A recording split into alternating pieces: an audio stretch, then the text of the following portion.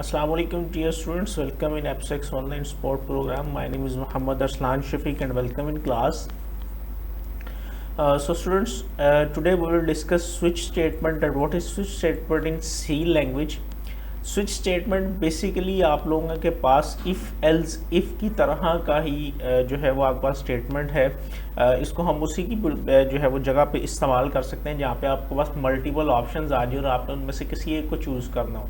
Suppose that आपके पास grade आ जाते हैं, ग्रेडिंग सिस्टम आ जाता है। अब एक बच्चे का हमारे पास टोटल जो ग्रेड हैं वो होंगे A B C D and E F। आपके पास ये ग्रेड है तो इनमें से एक बच्चे का सिर्फ एक ही ग्रेड आ सकता है, उससे ज़्यादा ग्रेड नहीं आ सकता। तो जब आपके पास मल्टीपल ऑप्शंस होती हैं उनमें से आपने किसी एक ऑप्शन को चूज़ करना होता है तो इस चीज़ के लिए हम यूज़ करते थे इफ़ एल्स इफ़ स्टेटमेंट को।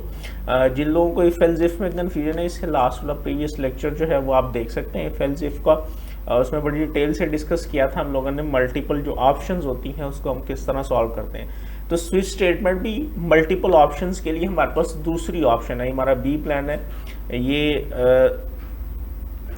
उसी की जगह पे इफ एल्स इफ की जगह पे ही हम जो है वो स्विच स्टेटमेंट को भी जो है वो इस्तेमाल कर सकते हैं, यूज़ कर सकते हैं इसको मल्टीपल ऑप्शंस के लिए।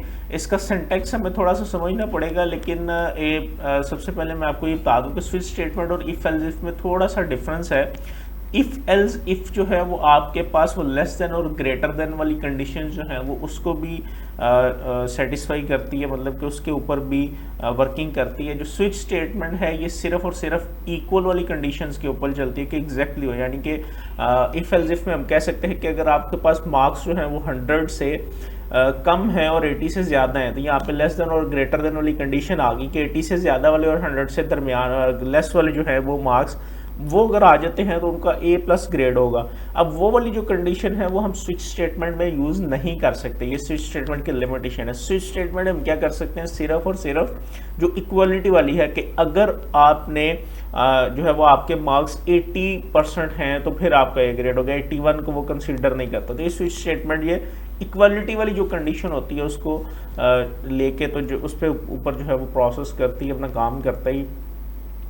स्विच स्टेटमेंट को देखते हैं। स्विच स्टेटमेंट का सिंटैक्स है, आपने सबसे पहले तो यहाँ पे आपने स्विच लिखना है, स्विच के बाद एक्सप्रेशन, जिस एक्सप्रेशन की वैल्यू आप चेक करना चाह रहे हैं कि इस एक्सप्रेशन की वैल्यू क्या होनी चाहिए आपके पास। उसके बाद आपने उसके केसेस बनाने हैं कि अगर उस एक्सप्रेशन की जगह पे आपके पास केस ये जो कॉन्स्ट 1 लिखा हुआ है इसकी जगह पे हम लोग लिखेंगे उसका जो भी आपके पास ऑप्शन है जी, केस आपके पास अगर ये हो, सपोज दैट हम प्रोग्राम बनाते हैं तो आपको डिटेल में जो है वो इसकी समझ आ जाएगी।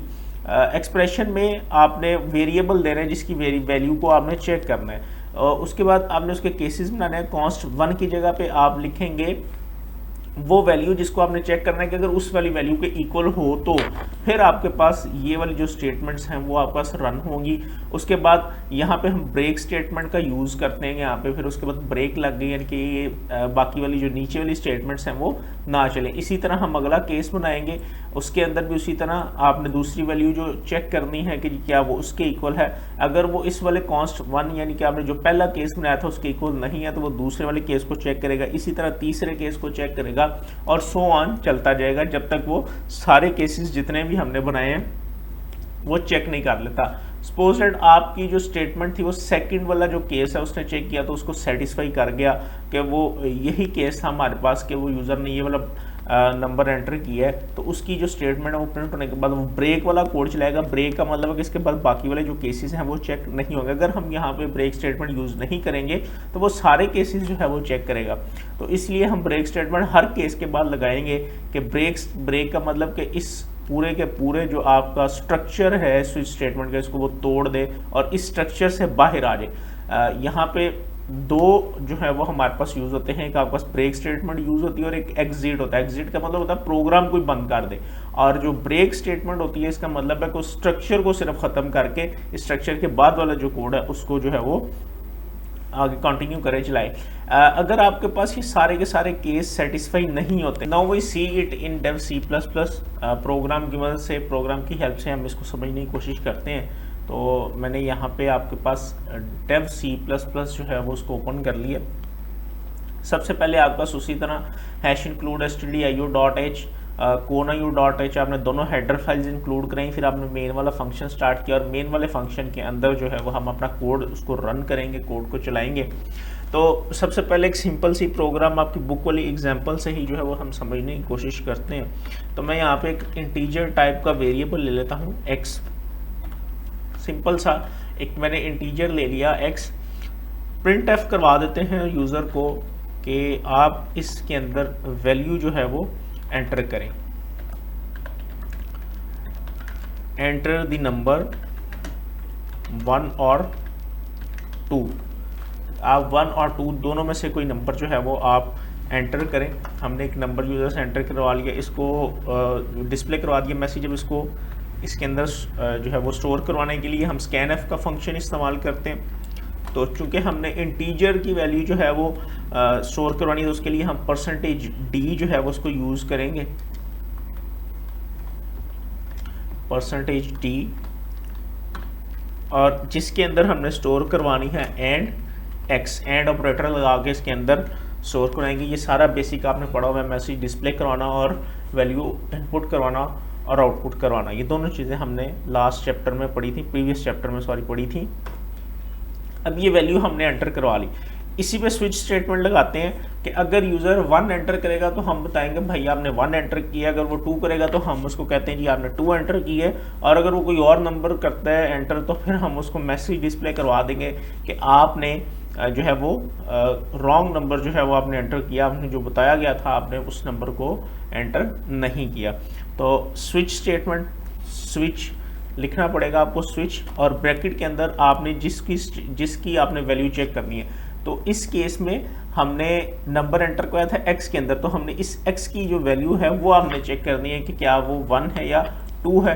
तो स्विच हम करेंगे x के, इस x की वैल्यू जो है वो चेक करें। यहाँ से हमारी स्विच स्टार्ट हुई। हम फर्स्ट केस बनाते हैं कि केस अगर 1 हो आपके पास, इसके बाद हमने लगाना कॉलन। कॉलन यहाँ पे सिंटैक्स आपने याद रखना है, केस के बाद जिस भी चीज़ को आपने चेक करना है उसकी क्या वैल्यू होनी चाहिए वो लगा के उसके बाद आपने लगाया कॉलन। कॉलन लगाने के बाद हम इसकी स्टेटमेंट लिखेंगे, प्रिंट एफ स्टेटमेंट लिख देते हैं। ये वाली स्टेटमेंट रन हो अगर वो सपोज 1 एंटर करता है, यानी कि अगर वो इस एक्स के अंदर वैल्यू 1 जो है वो आती है तो फिर जो है ये वाली स्टेटमेंट आपके पास चलनी चाहिए। प्रिंट एफ कह देते हैं यू एंटर्ड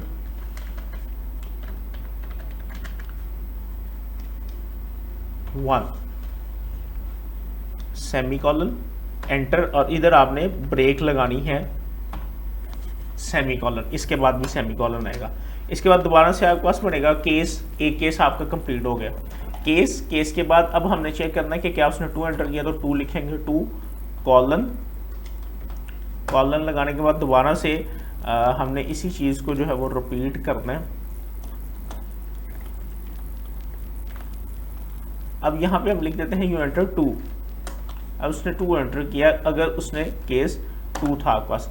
अब ये केस 1 भी चेक हो गया आपके पास, केस 2 भी चेक हो गया। सपोज दैट इन दोनों में से ना उसने 1 एंटर किया ना उसने 2 एंटर किया, तो फिर अगर वो 3, 4 या कोई और नंबर एंटर करता है तो उसके लिए हम लिखते हैं यहाँ पे डिफ़ॉल्ट कॉलन। यहाँ पे दोबारा से वही स्टेटमेंट जो है वो हम लिख देते हैं, प्रिंट करवा दे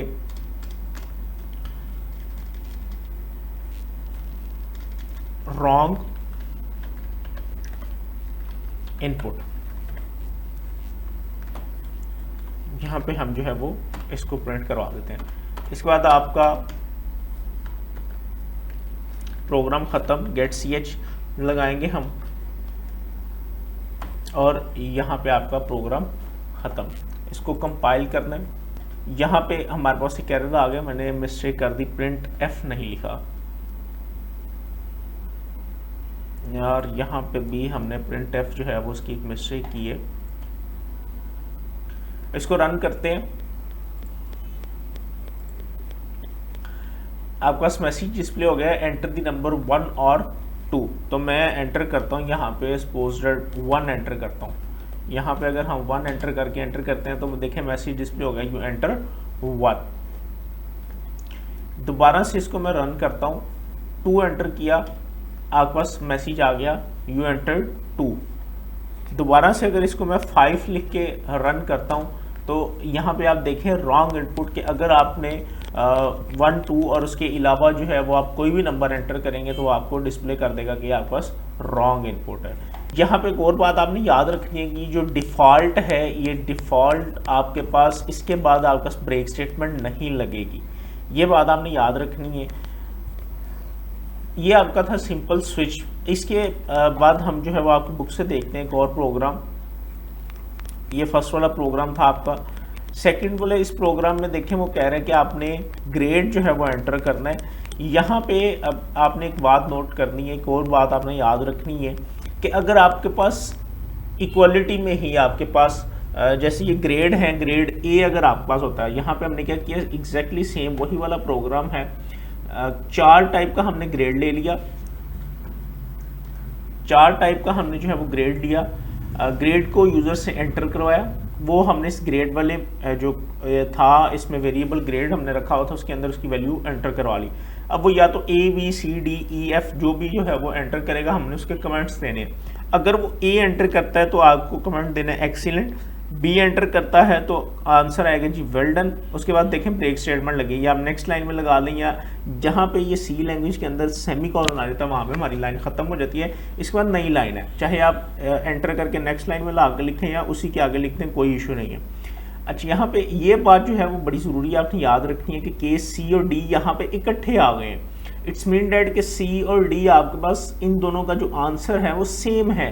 तो अगर आपके पास ऐसे 2 या 2 से ज़्यादा केसेस हो जाते हैं जिसकी आउटपुट आप सेम देना चाह रहे हैं तो वो केसेस आप इकट्ठे भी लिख सकते हैं। यानी कि जैसे इधर लिखा हुआ केसेस सी डी और एफ का भी अगर आपने सेटिस्फैक्ट्री लिखना था तो वो आप इधर तीनों केसेस इकट्ठे लिख सकते हैं।